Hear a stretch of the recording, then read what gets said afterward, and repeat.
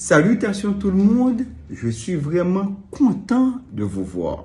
Salon du livre et des arts du Grand Nord d'Haïti. Permettez-moi de me présenter. Je me nomme Emmanuel Stéphane Laurent, je suis enseignant juriste et anthropologue. Je suis professeur à l'Université d'État d'Haïti, EH, et aussi à l'École nationale des arts, ENARTS.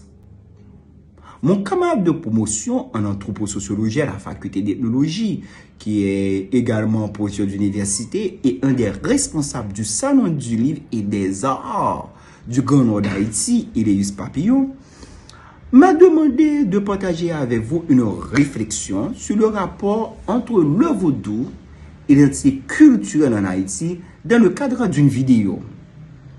Je tiens à vous informer que ce sujet a déjà fait l'objet d'un article que j'ai publié dans les bulletins de l'ENARTS en 2023. Toutefois, vous le devinez certainement, j'ai pensé à adapter l'intervention en format vidéo. Je vous prie également de bien vouloir excuser les bruits que vous pourriez entendre dans cette vidéo, n'ayant pas de studio d'enregistrement, celle-ci étant réalisée à domicile. Bien, cette question fondamentale pour comprendre la société haïtienne a été au cœur de nombreux travaux de sociologues et d'anthropologues haïtiens qui ont analysé le vaudou non seulement comme une pratique religieuse, mais également comme un vecteur essentiel de l'identité nationale. Le vaudou, loin de se limiter à un ensemble de rites, est une composante centrale de l'identité culturelle haïtienne, qui reflète les luttes, les résistances et la résilience du peuple haïtien face à l'histoire coloniale et postcoloniale.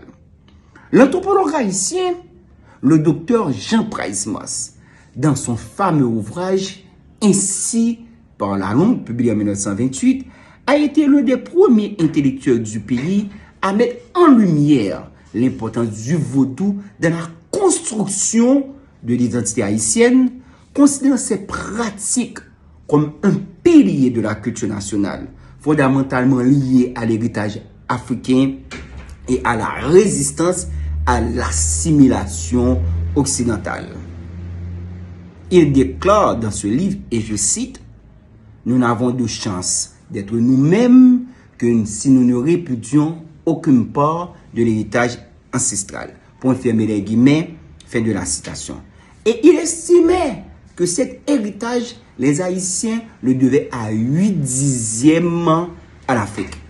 De même, l'historien et anthropologue haïtien Michel Wolff-Trouillot, dans son extraordinaire ouvrage Saline de Pars, Power and the Production of History 1995, a analysé comment l'histoire d'Haïti, notamment la révolution haïtienne, a été partiellement effacée ou mal comprise dans les récits dominants et comment le vaudou s'inscrit dans cette dynamique de résistance culturelle en tant que symbole d'une mémoire collective submergée. D'autres chercheurs, parmi lesquels vous avez Jean-Rosier Descartes, dans son mémoire du DA, Dynamique vaudou et droits de l'homme en Haïti, ont souligné le rôle du vaudou dans la structuration des relations sociales et dans la construction de l'identité collective à travers la manière dont il transcède non seulement les divisions sociales, mais également les divisions raciales. Dans le domaine de l'art, le vaudou occupe une place particulière, à la fois comme source d'inspiration et comme élément structurant.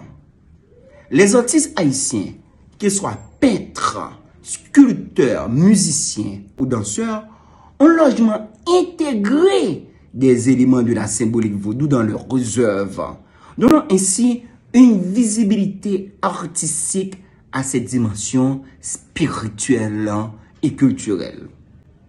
L'art haïtien, notamment à travers le mouvement de l'art naïf ou populaire, a souvent reflété les rituels, les esprits et les symboles du vaudou, tout en réaffirmant l'identité collective du peuple haïtien. Cette influence est particulièrement évidente dans les œuvres de peintres comme Hector Hippolyte ou Philomé Aubin, qui ont su capturer l'âme du vaudou dans des représentations visuelles puissantes. De même, la musique haïtienne, notamment le rara, un genre musical profondément lié aux pratiques vaudou, est un autre exemple de la manière dont le vaudou transcende l'art pour en faire un vecteur de cohésion sociale et d'affirmation identitaire.